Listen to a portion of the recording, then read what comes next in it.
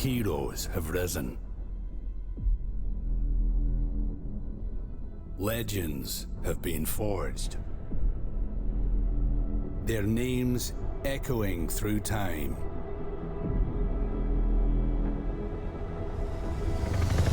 Their glory etched into the stars.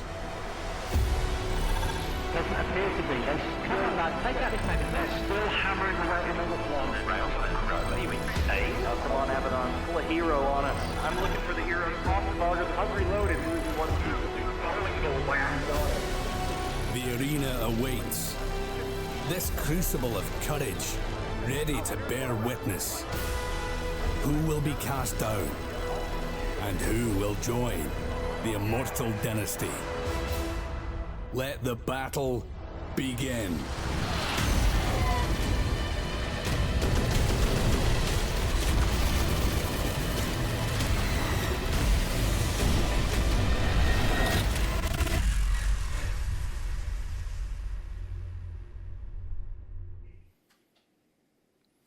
Hello everyone and welcome to this temple to the Orbs of Fate, as we are going to be drawing from this beautiful contraption before us all of the positions for the Alliance Tournament 20 XX, the Alliance Tournament 20 feeder rounds. I am CCP Overload, joined by CCP Lumi, as we prostrate ourselves before the gods of chance.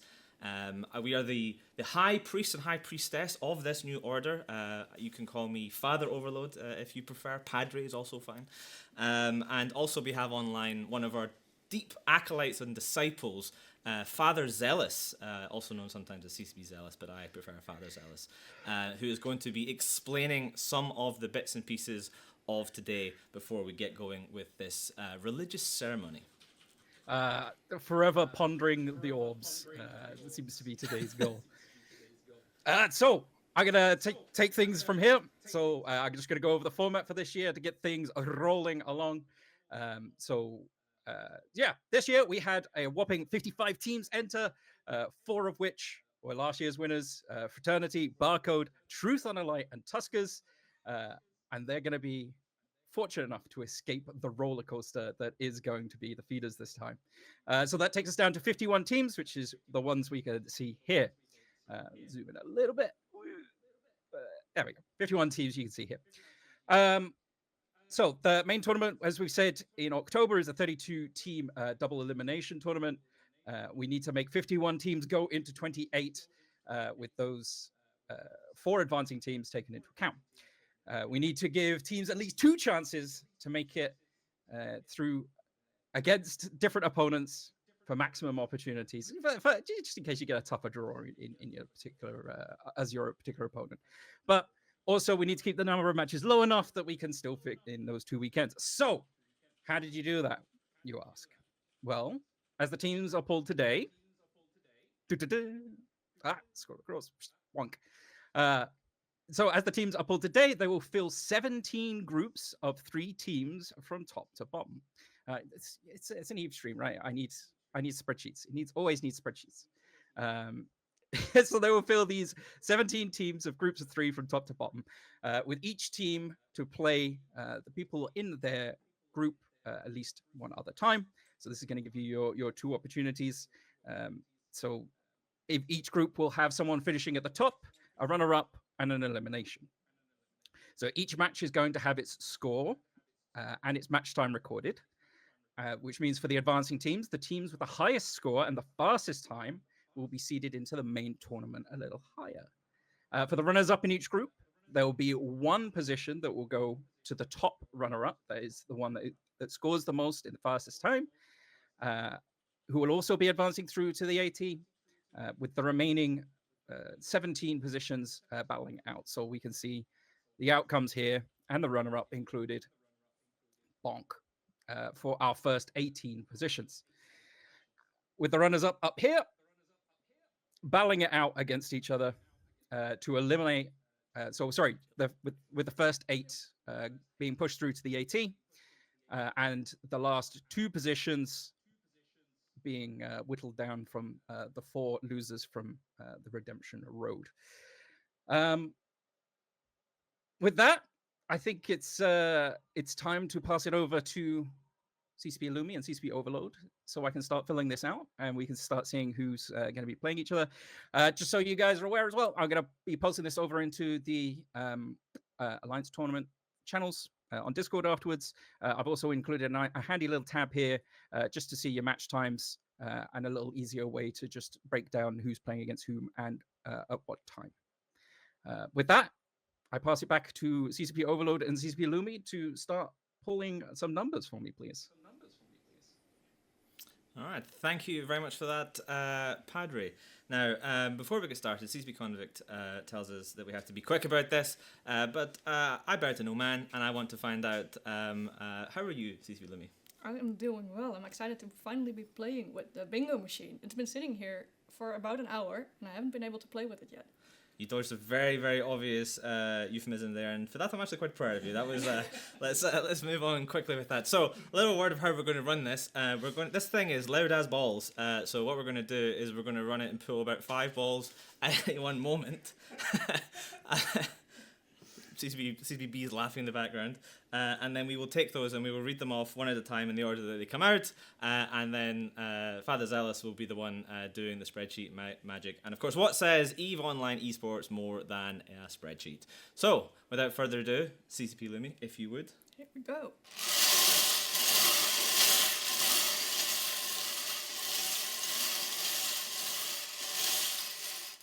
All right. First 5. Ready? Let's go for it. Who's first? We've got number 31. Number 31, that is the Rusty Hyenas clan. First out, Rusty Hyenas clan. Well done, you are first. Probably the only time you will be first in this tournament, but good luck. Number 2, 15. 15, this is Hold Control. Hold Control, second out. 24. 24, paper numbers, and I'm reading that off of paper. Number 9. Number 9, that is Evasive Maneuvering. That's what you just did on that pun. Number 20.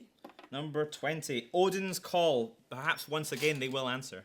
All right, roll.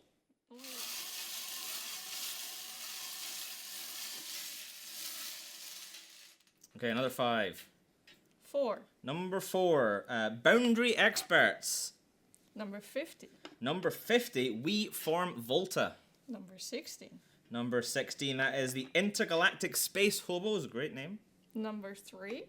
Number 3, Birds of Prey. Hopefully you're better than the film. 5. Brave Collective. Okay, and more balls, please, CC Living.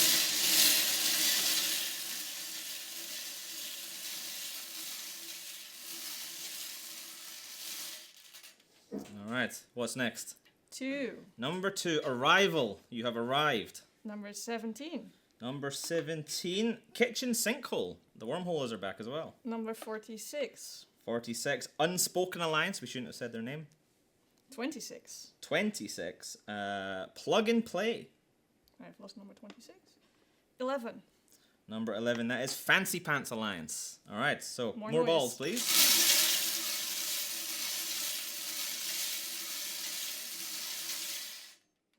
Okay. 23. 23, Pandemic Horde. 27. 27, that is Post-Pod Clarity. Nice. 7. 7, that is the Norv Gate Security Commission, the late entry. 30. Number 30, Rote Capel, I shall be spamming my mademoiselles. 1. Number 1, Accept Your Fate. All right. Ball me.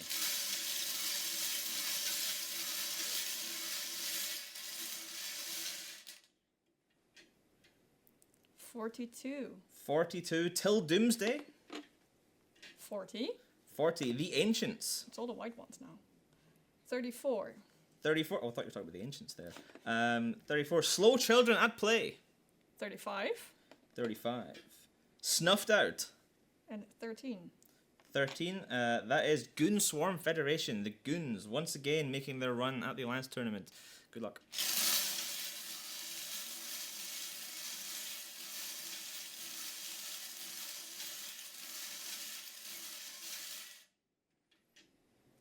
39. 39, that is Test Alliance. Please ignore. I didn't know they were still a thing, but cool. 38. 38, it is Templis Calcif. 21. 21 is of essence. 41. 41. The initiative. 19. Number 19. No need, lose face. Fair.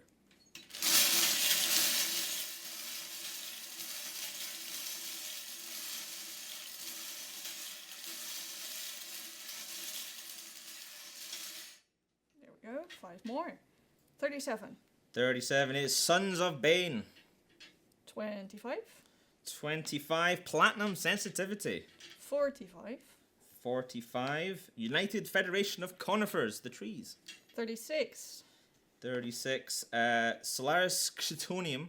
I think that's a misspelling here. I think it's slice, basically. 47. 47, did you say? Mm-hmm. That is Ursa.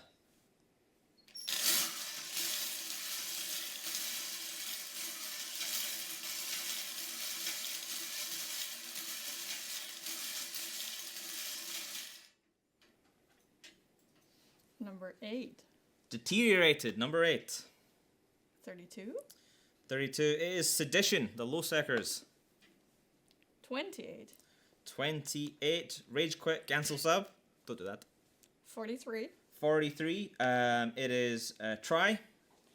Number 10. Exodus Dot. And more balls, please.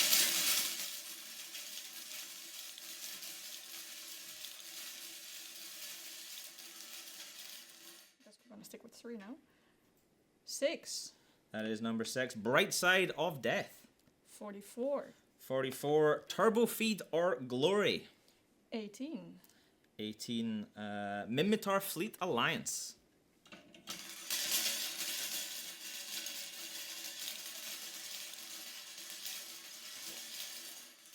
Almost at the end, we can almost hear ourselves over this machine now. Pretty nice, isn't it? 33. 33, Seriously Suspicious. Number 12. Number 12, it is Genshin Impact Alliance. 49. 49, Watch This. Do you know, I'm glad that Hidden Leaf aren't in this draw, because I'd have to read their whole name out again, and that's always a pain. Good luck. Last 5.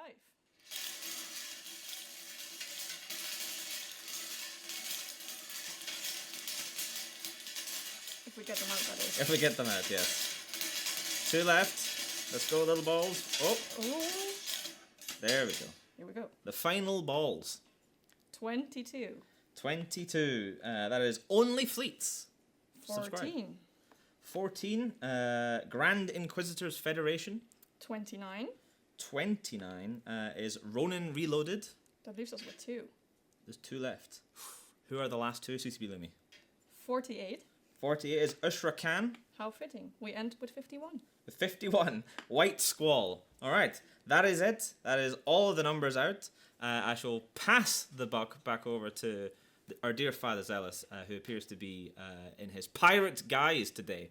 CCP Zelus, how is it looking? I heard we might have a Test versus Goon matchup. It is looking quite fantastic. Match 1, I'm going to quickly run through it. Match 1 is going to be Rusty Hyenas versus Hull Control. Number 2, Evasive Maneuvering versus Odins. Number 3 is We Form Volta versus Intergalactic Space Hobos. Number 4, Brave Collective versus Arrival. Number 5, Unspoken Alliance versus Plug and Play. Number 6, Pandemic Horde versus Post-Pod Clarity. Number 7, Rote Capel versus Accept Your Fate. Number 8, The Ancients versus Slow Children at Play. Match number 9 is Goonswarm Federation versus Test Alliance. Please ignore. Match number 10 is going to be Of Essence versus The Initiative. Match 11, Sons of Bane versus Platinum Sensitivity. Match number 12 is Solaris versus Ursa. Match number 13, Sedition versus Rage Quit Cancel Sub. Match number 14, Exodus versus Bright Side of Death. 15, Minmatar Alliance versus Seriously Suspicious. 16, Watch This versus Only Fleets. 17 versus Ronin Reloaded versus Ushrakan. Match number 18 is going to be Whole Control versus Paper Numbers. 19, Odin's Call versus Boundary Experts. Intergalactic Space Hobos versus Birds of Prey makes match number 20. Arrival versus Kitchen Sinkhole for match 21. Match 22 is Plug and Play versus Fancy Pants Alliance. 23, Postpod Clarity versus the North Gate Security Commission. Match number 24, Accept Your Fate versus Tool Doomsday. 25, Slow Children at Play versus Snuffed Out. 26, Test versus Templars. 27, the Initiative versus No Need Loose Face. It still gets me every time I read that name. Match number 28, Platinum Sensitivity versus United Federation of Conifers. Match number 29, Ursa versus Deteriorated. 30, Rage Quit Castle Sub versus Try.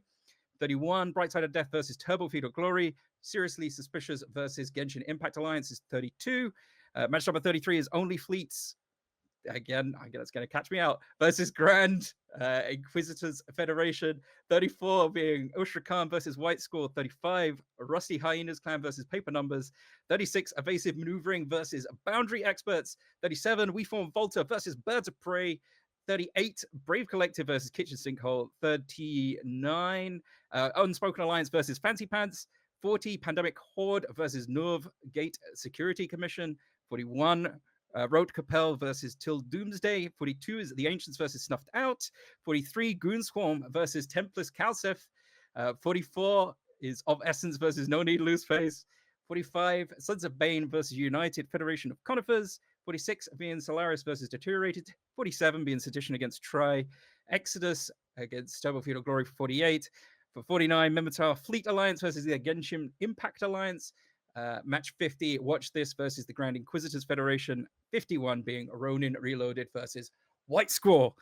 Wow, what a drawing. There's some fantastic potential matches in there. I am really looking forward to seeing how it plays out. As I said, I'll post this over on Discord shortly after this stream. Obviously, we're going to go into Live to Feed shortly. Once the Live to Feed wraps up, we'll get that out to you all. But that's it for now. Stay tuned in, and we'll be back shortly. I just want to say special thanks to CCP Overload and CCP Lumi for being, I can't think of another phrase, my ball controllers. It's greatly appreciated, and we'll see you all again shortly. Welcome back, my guys, gals, and non-binary pals. We are ready for Alliance Tournament 20. It is that time once again. I cannot believe it. Alliance Tournament XX, the 20th running of this crucible of combat of internet spaceships. What a historic moment approaches very soon. And we are kicking off tournament season with a little bit of a discussion about the upcoming tournament. I have on my notes here, I think it says prize ships. Interesting. I'm sure we can get to that a little bit later. But first, let me introduce my panel with me today. I am CCP Overload, and I'm joined by CCP Swift, a man who has competed in many tournaments, boundaried countless times, and of course, as a member of Pandemic Legion, the most winningest team in history of the Alliance Tournament. He is no stranger to victory. As he flashes his medals there. Excellent. CCP Swift, thank you for joining me. I'm also joined by CCP Zelus, or should I give him his full title? Dr. CCP Zelus, PhD in Tournamentology. He joins us today to talk about the rules, the format, and all the different fun bits of Alliance Tournament 20. And of course, we are joined by Mystical Might, also a tournament veteran. Last year, he was kind of part of the fraternity team, the winners of Alliance Tournament 19, and he has been in some successful teams for many years. And of course, you've recognized him from previous Alliance Tournament broadcasts, a veteran broadcaster. So thank you all for joining. CCP Zelus, it's the feeders. Talk to me, what are the Alliance Tournament feeders? So we removed. Was it last year? Yeah, last year we removed the silent bid entry into the main tournament. So this means you still need to find a way to get however many people that want to join the tournament into the main tournament. So we have a feeder tournament to figure out that process. We've changed it a little bit from year to year because we have to adapt it to obviously the number of people that end up joining. And this time round we have a new feeder format again, kind of a little bit similar to what we did at 17, I think it was, with the tribal trials. And it's just a case of group entry, play somebody else in your group, and to determine who gets through to the main tournament. We need 32 people, which actually comes down to 28 because we have to remove the 4 winners from last year. So we need to whittle down 51 teams to fill those slots. It's a lot of teams, a lot of matches to get through. Play them through, cut down version of the main tournament, epic matches. Yeah, as you say, 51 teams trying to go into 28. We have to cut those numbers down. And of course, the optimal strategy for success in the Alliance Tournament feeders is, in fact, come top 4 the previous year and gain yourself entry directly into the tournament. Those 4 teams are going to be sitting back, watching, seeing what they can kind of sniff out from the meta. Meanwhile, the other 51 have to compete for those few 28 spots. They have been seeded randomly into groups of 3. I believe the first place in each group will go through directly. The second place also has a solid chance of going through, but the third place will be eliminated. There are some tough-looking groups already this year, especially I know Mystical Mike, you've been looking at some of these groups, and kind of I can see in the notes here. Let's just talk a little bit about Group B for a moment. Tell me about what we're seeing in Group B. Yeah, so Group B is probably looking to be the toughest group to be in at this moment in time. We have Evasive Maneuvering, Odin's Call, and Boundary Experts. Now, Evasive Maneuvering may be a somewhat familiar name, but it looks like it's made up of players that used to be on the Dark Side and the Vidra team. So very experienced, very good at what they do, usually only really play on TQ around tournament time to get back into the feel of the meta and get an understanding of how to fly together again and how everything works, any changes that may have happened while they were away. Then you've got Odin's Call, who placed top 12 last year but came second place in AT18, and Boundary Experts that placed top 8 last year and top 16 in AT18. So all of them have amazing tournament pedigree. All of them should be expecting success in this year's Alliance tournament, but not all of them can make it. One of them has to go home early, and I'm sure that they're all going to be playing a lot harder for that because they don't want to be the one that's left out. Yeah, it's definitely going to be a very tough group. As you mentioned, Odin's Call, they came top 12 last year, but they came second place the year before in Alliance Tournament 18. A kind of a surprise run from them to get that deep. No one really expected it, but by God, they earned it. That was a superb run from them, only dropping at that final hurdle. Last year, they went top 12, so a little bit of a stumble. Can they come back from that? They always say the sequel is never as good as the first one, but the threequel is usually where you really come back and hit hard. So I'm interested to see how they do. Boundary Experts have a lot of pedigree, just straight up, and as do Evasive Maneuvering, with a number of Alliance Tournament champions in that team. So one to watch, absolutely. I do also want to add the Boundary Experts have one of the best pilots on their team. It's not me, but retired, can't play, obviously. But Chad Hammercock is on the Boundary Expert team. He was a fan favorite when he broke through onto the scene, both for people watching and for our amazing casters, as they had to say that name straight-faced. Yep. Speaking of our amazing casters, maybe this is a good segue, CCP Swift.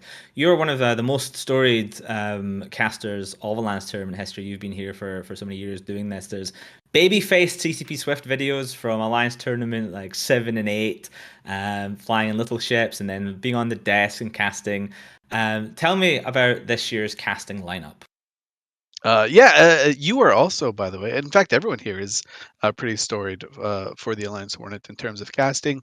But we've got some names that you've seen before, and also some new names for everyone. We've got a great list of talent, both on the analyst side and on the commentary side. This weekend, you'll be hearing from quite a few of them. And also during the Alliance Tournament main broadcast, we'll be flying, I believe, 7 of the player commentators and analysts out to our studios here in Reykjavik, Iceland. But, some names that you might not have seen before, at least on the talent side, it's Starfleet Commander, moving from Volta team, former captain, former Alliance Hornet winner as well, or gold medalist. You see him often in the Logi ship. He's ditching the team, joining the casting group. Theronth is also going to be casting as well and providing some amazing analysis. During our chat with him, as we were chatting to a whole bunch of these applicants, just blew my mind with the amount of stuff that Theronth just has stored in his gigantic brain relating to AT stuff. It was so cool. I geeked out a little bit. Moderator, you all remember Moderator. Number one, Brett Thomas returns. Bayard J, even though he doesn't like the limelight, will be making sure that the feeders broadcast goes and looks smooth and amazing. He's going to be the man behind the scenes. Don't pay any attention, but pay all the attention. Of course, we've got Black Bart Pirate too. I think Black Bar Pirate has got an amazing amount of tournament knowledge. Can kind of break down what's going on behind, what the teams are doing. Right, like sometimes you're in a deadlock between two matches or two teams in a match, and yeah, it's really important to be able to contextualize everything going on there. Yeah, really good crew. It's going to be the return of both analysts and casters on location. We haven't seen that for a very long time. I think Alliance Tournament 14 was probably the last one in Iceland with all casters and commentators on site, because after that we had a split between EVNT hosting in Nottingham. We had some online casters. Alliance Tournament 16 was the same, mostly on site, but most of the actual match commentating was done online. 17, 18, and 19, all of the commentators were online and the analysts were on location. This year, the return of the entire crew being on location, I'm looking forward to that. I think it's going to be a lot of synergy. It's always great when you can finish a long broadcast to sit and discuss things with the people. Like you've watched like dozens of matches over the day, and you want to talk about your favorite bits. And some of the people who are on the casting, like doing the different matches, are just not there because they're back at home in whatever time zone they happen to be in. So being able to bring them out this year for the 20th running of Alliance Tournament is certainly something that I am looking forward to. Mystical Mike, you have been both a caster and an analyst. How much are you looking forward to Alliance Tournament this year round? Oh, I am excited. It should be a good one. The point changes mean that there's going to be a lot of different comps being brought to the matches and the field, I think, which will allow teams to be probably a little bit more creative. Plus, we've had the new ships join the game. So there's a lot of new variables in this Alliance tournament that will hopefully make it one of the more interesting ones. And teams will have to play to get in, which means that they are going to actually be there because they deserve to be there, which I think is also a pretty good little factor to consider.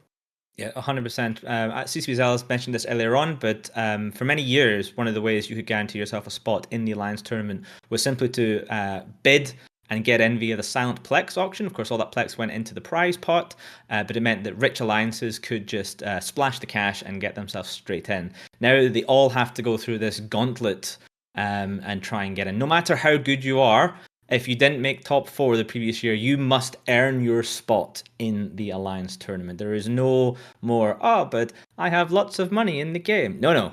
I don't care how much money you have. You must actually prove yourself before the might of the tournament itself. So I'm looking forward to that. CCP Zelus, maybe we should go into a little bit more detail now on the changes to the rules and the point system. So this is something you've been talking about for a while.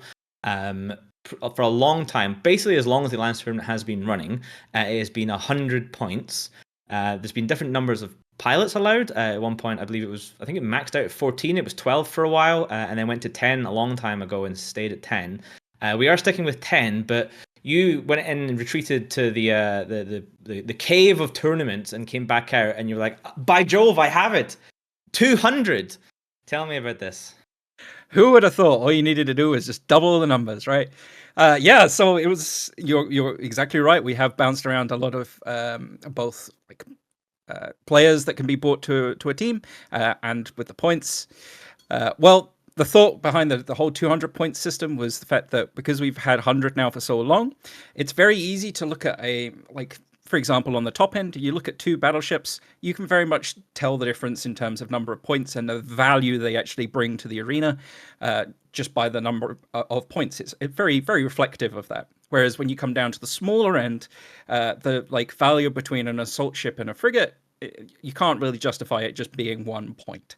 So the idea this time round is not only did we double the point value to give that extra kind of granularity, we also increased the amount of uniquely pointed ships. So obviously when you're flying them out in space, when there's regular encounters across New Eden rather than in an arena format. The ships have a certain value whenever you bring them, so there's like popular ships that you see in that format. Whereas in the arena, that kind of value changes a little bit because you're confined to the space of the size of the arena, the composition of your team, how it's structured. So the value changes a little bit. So trying to get a nice kind of range of what a ship is actually worth was kind of what the goal is with these points. Now, normally when you mess around with the points a little bit, obviously year on year, we traditionally would change the points anyway, because some ships are underpointed, some ships are overpointed, depending on their popularity. This time, increasing those unique point values, we also thought maybe it's probably going to take a couple of tournaments to just kind of get it to a really good point. But I think I'm pretty happy with how they are today. Yeah, one of the things that you told me just before we started this stream actually was that not only are the total points that you can bring doubled, but the number of uniquely pointed ships is doubled. So for a long time, it was just entire classes like Black Ops. They all had the same, and some ships were brought more than others, and some ships weren't. Like no one was bringing an Omen, but we were seeing tons of Vexers. For example, Vexers are a very good utility. Omen just kind of a bit crap. And then this, points, being able to put points to individual ships meant we could take ships like the Gila, or Gila, and put it up pointed a little bit. We could take other ships which are less use, down point them. But as you say yourself, like with 100 points, the point granularity left something to be desired, especially for ships that are only like a 4 point to a 5 point is a 20% increase in points consumed. So being able to take those and just make the numbers bigger means that the granularity that we can assign is a lot more. And yeah, the number of uniquely pointed ships have been doubled. Mystical Might, you've done a lot of theory crafting. CCP Swift, feel free to chime in this one as well. What does this mean for theory crafting and coming up with comps for the tournaments? Yeah, a lot of the ships that people like have probably been uppointed, right? Because they're strong. We like them for a reason. So things like your Bargas are going to be more expensive than something else. Probably more expensive than a Macarial. Maybe not. I haven't actually looked too much at the points. It's going to take a while to memorize them all, but it allows you to focus on bringing a strong comp that may utilize less powerful ships because they give you more points to put into other kind of areas that you want to focus those points in. So better damage dealers, but maybe your support is going to be a bit weaker using ships that aren't really utilized that often on TQ. The flip side of that is that a lot of the theory crafting from previous years might need to have slight reworks to allow those to fit into the new rule structure because of those point increases to particular strong ships. So the feeder should be kind of interesting to see where people are ending up with their theory crafting, whether people are following the same kind of track when trying to replace previous year comps, or if they're going to come up with some new stuff. I'm sure we're going to still see, Octodaddy, as it was coined last year. Don't look at me like that, Swift. I'm sure we're going to see things like Fly Killer, but they may not be the ones that we're familiar with. Yeah, don't forget the new rise of the Florida Man, with the alligators, the Gilas, etc. I'm looking forward to hearing excitable American casters dropping into their southern accents and screaming about Florida Man. That was great in the Anger Games when that comp kind of took off. One of the other things I'm really looking forward to with the point granularity is the mind games that you do with bands. I think this is probably something that teams haven't quite thought of yet because they're still on the let me make a team phase. But like previously, if you had banned, let's say, Sleipnir, depending on the fate, you could, in a pinch, just throw a claymore in there, and you're like, it's not exactly the same. Does similar things. Will fly a little bit differently, but the overall comp stays similar, and you could, change things in and out like that. Now there's a lot more stuff that you're gonna have to change on the fly if one of your favorite archetypes or one of your favorite setups has some pointed bands directed at it. So this gives like a little bit of new value to scouting out the teams, paying attention to what your opponents are gonna fly or have flown before, and what your bands are going to be. It's going to be really neat. Can you be versatile? Can you swap into stuff? And yeah, it's that's always my favorite part is the mind game element, especially as the tournament progresses. Indeed. And CCP Zelus, CCP Swift mentioned it briefly, but bans, I believe, have had a little bit of a tweak as well. You want to talk to me about this one? This one, you came out of the cave again, and you're like, I've got it. It's the bans. Again, it was a bit of a change this year. So traditionally, we've done blind bans for the last few years. That is a case of two conversations get spun up. One team will submit their list of, if we're talking about the main tournament, they'd list their 4 ships that they'd like to ban. The second team would do the same. And then we'd essentially share the full list of bans with both teams at the same time. And then if there was duplicates, they'd be given the opportunity to give new ships, essentially. So the ban list could actually be incredibly huge. This time round, we've changed the banning process. As CCP Swift kind of alluded to, it's the mind games element of it. So we now have both teams still have those individual kind of conversations that spun up, but this time they give 2 bans. They're passed to the referee. The referee then collates them all, gives the teams both sets of bans, so you get 4 bans in total. Then again, it's the same again. If there's duplicates, they're given the opportunity to submit a new ship. If there's a duplicate of the duplicates, then it's just a case of you go with that. But not only that, then there's another round of additional bans. So they submit another 2 ships that they'd like to ban. So it's just a case of, it's like ban 2, possible duplicates. If there's no duplicates, then it's just ban another 2. And then the full list of bans is then provided to both teams. Yeah, we've certainly seen teams spaghetti hard when it comes to bans. Like out metaing themselves and like, oh, they must mean this, and they bring that, and they end up with just a complete mess of a comp. Infamously, I remember one incident, particularly in the Alliance Open, the WeForm Volta team got hit by a ban they weren't expecting, and Summer accidentally brought 4 destroyers, thus getting themselves disqualified from the match.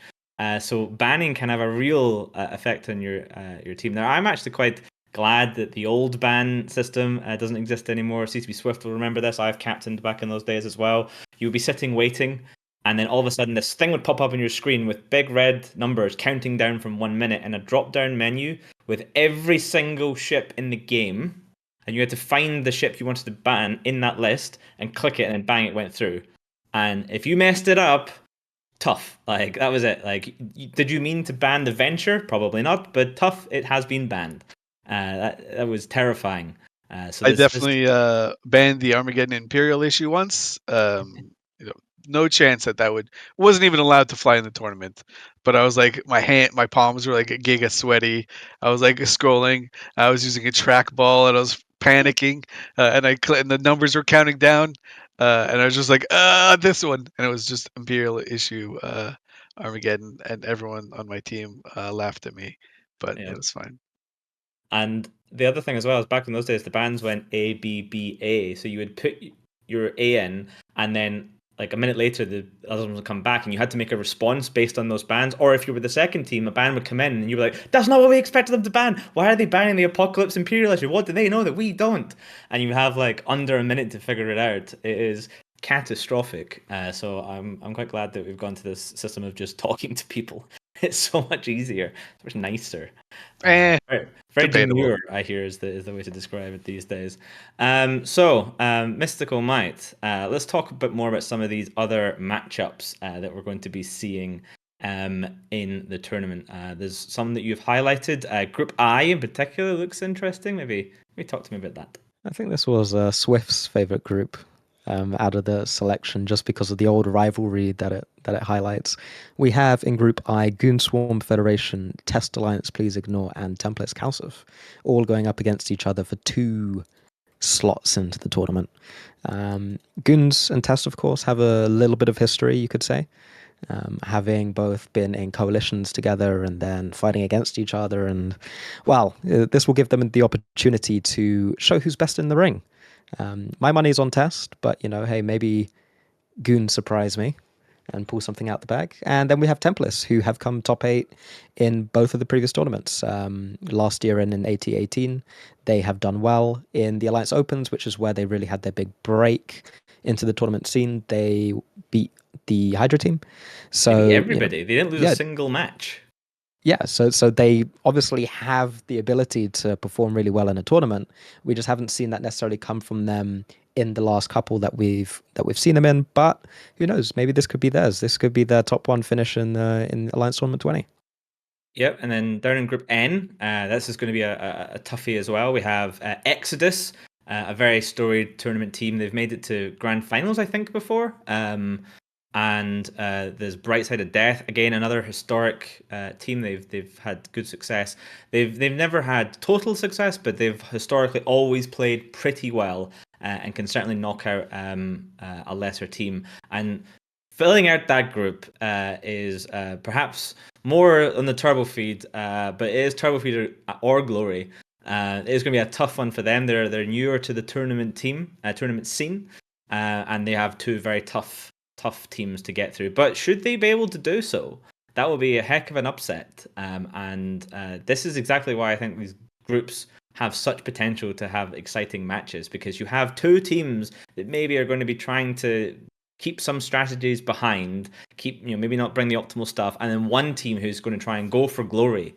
And we have seen that backfire for the teams expected to win. We have seen them drop in the past to the underdog because they just were not prepared for the what's the polite way of saying it? The unorthodox comps that are brought by some of the teams with less experience. And CCP Swift, what's it like when you're one of these underdog teams going up against a team that has a reputation? So it's kind of great, right? Because it almost feels like you have nothing to lose and everything to gain. So of course you have the tournament jitters. You are very, very nervous. You want to be able to execute and show off how good you are and make use of all your practice time. But at the same time, the pressure feels a little bit different, especially if most people think you're not expected to win or anything like that. So you just go out, you do like muscle memory. You're like kind of flying like a bit of a robot a bit, and you're just with the gang. You're just with your squad, uh, playing some Eve Online, killing some ships, and it feels great. But if you're like on the other side of the coin, if you're like a top team and you do experience uh, an unknown team, you're kind of really scared. I've been in this position before. You have a giant target on your back. Everyone wants to take you down. They're going to show you their best team comp, and you're just sitting there panicking, sweating. Like, what am I going to take? Am I going to take like one of my end games setups that I've been practicing for this whole time? Am I going to be confident that I can just execute and I've guessed the meta correctly? That first match is absolutely gut wrenching. And we've seen it happen time and time again. I think the best example is when you guys were just talking about it. Tempest took down the Hydra team. Hydra they felt like they were just going to cruise to a fat dub. Nobody knew who these Tempest people were. And then the last Spartan came out, probably in a rattlesnake, just obliterated them. And everyone was just like, what? Yeah. What just happened? As last term was 16, yeah, they got knocked down in weekend 1. There was a 4-weekend 64-team main tournament at that time, and they get knocked down in their first match into the lower bracket and had to just grind all the way through the tournament to make it back into the... I think they got to the grand final that year and then ended up losing to Vidra, if I remember correctly. But it was a heck of a run from Hydra after that surprise from Tempest Castle. So if you're in a group with some of these like more storied teams, then honestly, you're probably making them sweat more than you are sweating. I think is the main takeaway there. Like, you have the opportunity to write yourselves into the history books. Meanwhile, they have the opportunity to potentially stumble and fall at a very important moment for themselves. So lots and lots of good, interesting matches we are going to be seeing in literally days. Like, I kind of forgot to mention that, but it's literally days away. It is, what today is? Today's the 22nd. This starts on the 24th. Like, it's literally just about to start. Tournament season, it basically has started. And what's gone out? Blaw's gone out. Okay. Guess what? Tournament prize ships are back. Not only are they back in the tournament, but they are back in your hands. And I have something special to tell you. Not only is there a frigate, not only is there a cruiser, there is, for the first time, a Alliance Tournament prize battleship coming this year. So there are 3 ships for Alliance Tournament 20. CCP B, have you got the pictures, perhaps, to throw up? so we can see all 3 of the Alliance tournament ships, and maybe CCP Zelus can talk us through them a little bit. Holy Pogs, a battleship. That's all I gotta say. Just Yep. get in there. Hold on. Oh, he's getting There we it. go. Here it is. Here they are. Alliance tournament skins and prize ships. Tell me about these absolute beasts, CCP Zelus. So the ones you're seeing here are actually the set of prizes for the prize skins. Of course, the main ships themselves are normally traditionally very close to what you see with the skins. I think off the top of my head, it was the Enforcer at the top is getting a skin, the Marshal is getting one, the Pacifier is getting one, and the Monitor is getting one, which is in the bottom right here. These are just the victory skins. Again, traditionally, we pass these out for achieving a win for any time, essentially during the tournament. So during the feeders or for the main tournament itself. One of them gets you one of the victory skins, and the victory skin itself has all 4 skins attached to it. We also have the 3 tournament prize ships. Obviously, a little bit more details are kind of going to be developing as the tournament goes on. But you have the ability to share with you the names this time round. Is the Sidewinder is going to be the equivalent of the Pacifier. The Cobra is going to be the equivalent of the Enforcer. And the Python is going to be the equivalent of the Marshal. Wow. And now, so obviously this tournament was announced initially sponsored by Concord, but then those dastardly pirates came in, were like, screw you guys, graffitied all over the website. We had to scramble and pull together this new set of rules after we got them sent to us from the pirates. They have taken these ships, and I believe CCP Zelus, obviously the Marshal we know famously responds to having positive security status. That's interesting. Perhaps maybe you could tell us why I'm mentioning this. I mean, it's the Garistas, right? The Garistas want to put on a good show. Give the people what they want. They're pirates after all. So maybe the ship should do something depending on what your negative security status should be, perhaps. Wow. I mean, I kind of want one. So they're I pretty too would like one. poggers. Yeah, I gasped so hard when I saw them. Everyone in the room fainted because I sucked up all the air.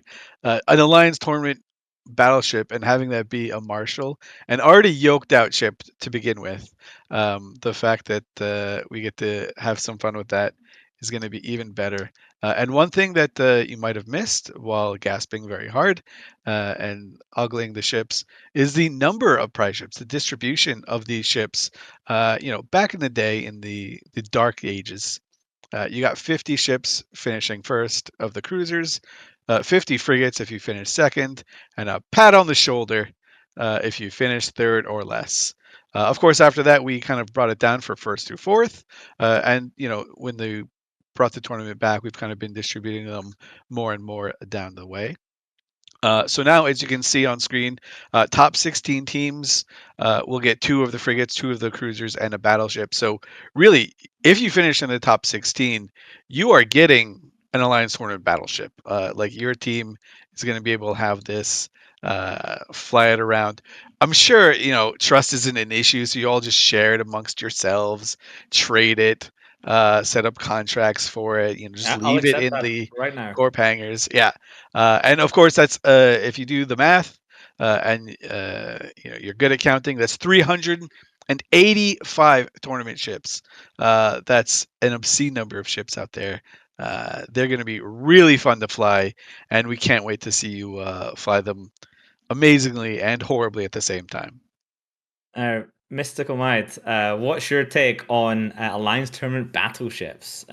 First time we've really seen that. The last time there was unique battleships was way, way, way back when in the first Omar Championship and through a couple of other sort of lore events. There's the Tempest Tribal issue, the State Raven, was it the Federation Mega, and of course the various Apocalypse Imperial issues which CCP Swift so love to ban.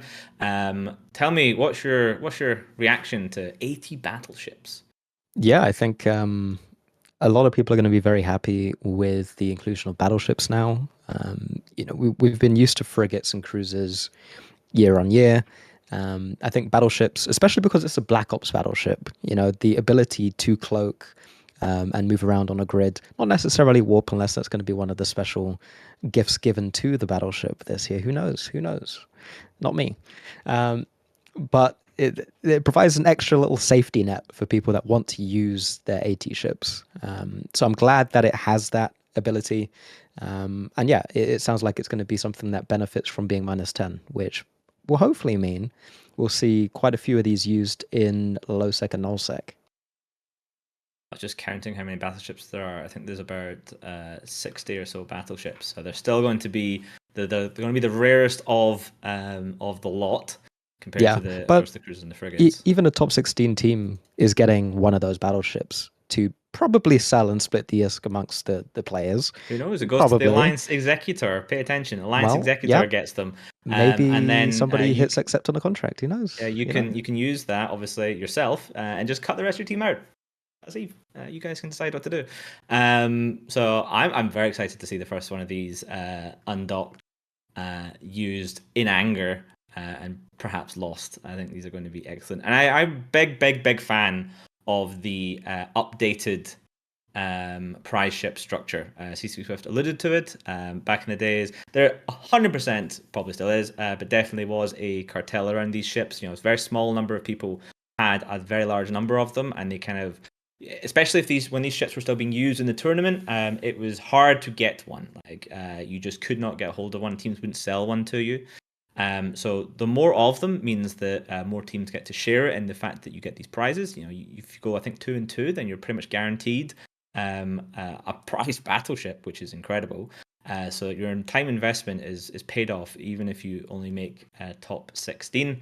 And that means people are more likely to use them. Like we see a lot more Laylapses and Raijus and Sibelis and Shapashes and Gerrys and Beslas out and about in space compared to the ships of old. And speaking of those particular 6 ships I just so happened to conveniently mention, CCP Zelus, we can fly AT ships in the AT again, is that right? Yeah, just before I jump onto that though, there is 2 other smaller prizes that have been added to the prize pool.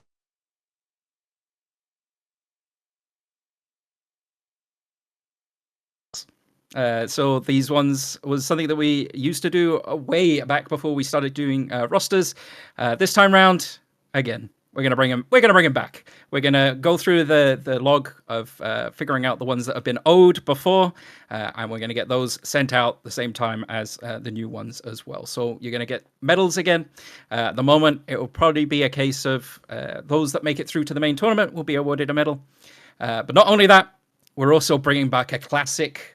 The Alliance Tournament Cup, like the World Cup. There's one of these in New Eden that's normally awarded to the captain of the winning team. It's got the names of all the previous winners on it. We're going to get that updated and award that across to the captain as well. Yeah, I'm also looking forward to that. Yeah. I'm looking forward to a lot of stuff, to be fair. Yeah. So, yes, AT ships, they're back into the potential ability to be fielded. So we have CCP Swift showing off his the previous trophy. cup. That's the original Alliance Tournament trophy. You see. Yep. It is actually very heavy. Like it looks like I'm just picking it up like it's plastic, but no, it's solid gold. I'm just like yoked out of my mind. Very, very heavy. It's got every pilot's name that's ever won on there. My name's on here 5 times. So it's pretty cool. Really, your name just off the side slightly. it's just inside in like that. Did you put your name in the cup of fire? No, goblet of fire? No. But no, it's really cool to bring this back. I kind of just love the idea of it, and especially the medals, right? Like just having something to say and kind of peacock a little bit. Like, yeah, I'm in that team. Yep. I know I attempted unsuccessfully to segue onto flying the Alliance Tournament ships, and then CCP Zelus brought us back. But I'm going to also bring us back to prizes because I forgot to mention skins. Of course, there are skins. You can see examples of them that were just shown. But remember, you get skins for winning matches, just kind of straight up. So even if you don't get any prize ships, if you make it to top 32 and win at least a match somewhere, and by virtue of getting in through the feeders, you probably have.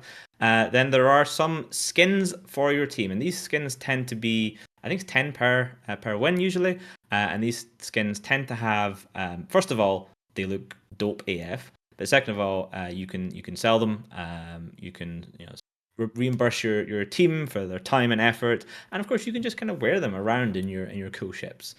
So there's a lot of prizes to go around in general with the Alliance Tournament, especially because it's Alliance Tournament 20. But now I shall segue once again to flying Alliance Tournament ships in the tournament again. CCP Zelus, please tell us about it. Yeah, so this was a desire from the community. Was obviously the previous prize ships have always carried such a huge value, but at the same time, it's also really difficult if you're a new team to think, hey, I'm going against an Alliance Tournament ship or potentially Alliance Tournament ships, and feel like really like you're not going to beat them because it just kind of feels like the wild card that you can bring and just win any game.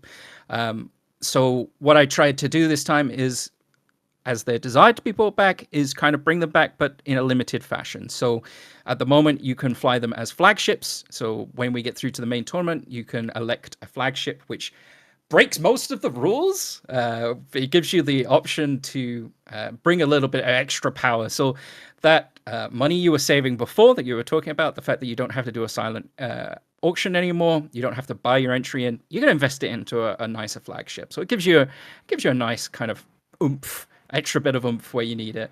So this time we bought the Alliance Tournament, the last 3 Alliance Tournament ships, the cruiser and the frigate, back as options for you to bring as flagships. So they have upped point value where they're kind of closer to what the regular battleships are for the cruiser, and the frigate's just kind of around like battle cruiser level in the points. But again, they have a little bit more flexibility when it comes to module options. So we'll experiment. We'll continue to see what works and adjust going forward.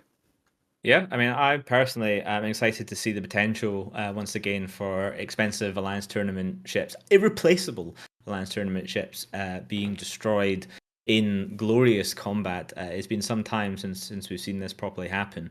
I mean, me and CCP Swift were looking back over some old videos recently, and there was a match where I believe PL brought a Natana and was it PL brought a Natana and 3 Cambions. They won the match, but they lost a Natana and a Cambion in that match.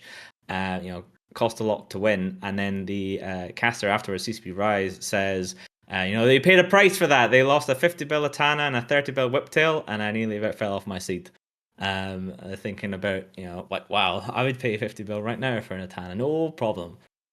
What a world we live in. Yeah, these things are so crazy, and it is a lot of fun to see those ships into the Alliance Tournament. It's a really, really hype moment, and I love the way that it has been done. Right, so it's in the last few Alliance tournaments, the prize ships have been increased to be 280 of them. So there are more circulating around. Because they're easy, like if you finish top 16, you can have one in your arsenal. They're a little bit more, well, quite a bit more accessible compared to the darker ages or the more cartelly ages, if you want to look at it back then. So feasibly, any number of teams could be fielding something surprising that you might not be expecting. Are you going to field a battleship, or maybe it's going to be a Laylaps? Same amount of points, but one is a heck of a lot more expensive. Yeah, imagine absolute scenes, perhaps in Alliance Tournament 21 or 22, when the flagship AT battleship is fielded. Like, whoa, that would be quite something. It's the only ship you can bring, but it'll still looking at what it is like, or looking at. Never mind. I was just thinking that how am I gonna point this thing? Just a 1v10, and it's gonna win. Yeah. Let's just be real. I mean, maybe you have to, if it wins, it just blows up as well. So Yeah, there you go. cost. That's how we do balance. Yeah. So we've talked about the fact that the feeders are coming in just a couple of days. We've talked about the new point system and the return of Alliance tournament ships in a limited fashion. We've talked about the prizes, which I was very excited about. I was bugging CCP Zelus just yesterday if I could talk about this today. And of course, we have introduced the casters and the crew. Mystical Might, anything else that you think that you're looking forward to or want to highlight for the upcoming Alliance Tournament 20 feeders on the 24th of August? Yeah, in fact, someone asked in Twitch chat whether the new cargo ships would be allowed in this tournament. Can't remember if we've said so, but yes, they are. So if you want to fly your battle barge or your battle hauler into battle in the Alliance tournament, you definitely can. Feel free, go for it. In a limited Slice, fashion. I'm looking in a at limited you. fashion. It's I think the Deluge and the Squall are the allowed ones. The Torrent is not allowed. I'm hoping that White Squall flies a White Squall in at least one of their matches. I would be disappointed if they don't get called out. CCP Swift, anything from you that you're looking forward to in particular for this year's Alliance tournament?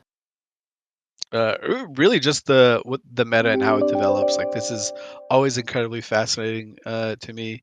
I know the amount of effort that these teams put in, not only with 3D crafting but with practicing. You fly with a group of friends, and they in a way become your like weird dysfunctional family over the summer. Where you love them, and sometimes you get really annoyed by them, and sometimes you shout at each other, but you still love each other, and you go out there and just do some player versus player combat. It's so cool to watch, and I'm giga excited. Yeah, and of course, our Master of Ceremonies, Dr. CCP Zelus, PhD Tournamentology. This has been a labor of passion and love coming from you. Tell me a little bit more about what you're looking forward to this year.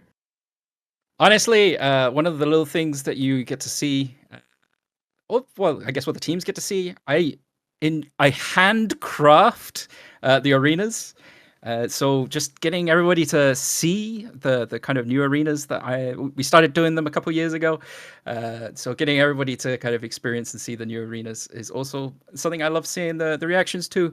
But ultimately, match to match, I just love those upsets, right? People just losing their minds for their Twitch points. It's like, you told me to put my Twitch points on this team, but no. Alas, they ended up losing. So just looking forward to some upsets for this tournament as usual. But yeah, fantastic.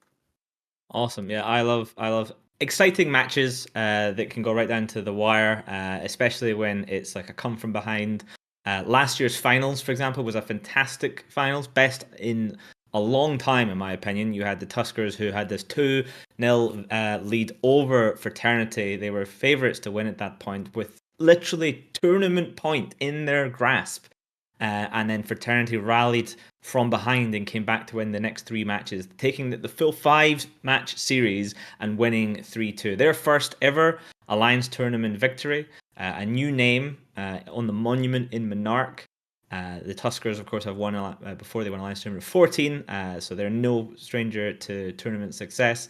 I'm sure they will be back this year in greater numbers, and I am looking forward to seeing veterans and new people alike come through the scene. I'm looking forward to seeing you guys get these ships into your hands, especially if you are a team that wasn't expected to win and you managed to get an upset come through, make your way stumbling backwards into the top 16 and go home with that Python, the Alliance Tournament battleship. It's going to be very exciting. There's a lot of potential for all sorts. All right, I think it is time for us to wrap up this introduction to tournament season. I have been CCP Overload, joined by CCP Swift, CCP Zelus, and Mystical Might. Tune in on Saturday for the first day of the feeders of Alliance Tournament 20.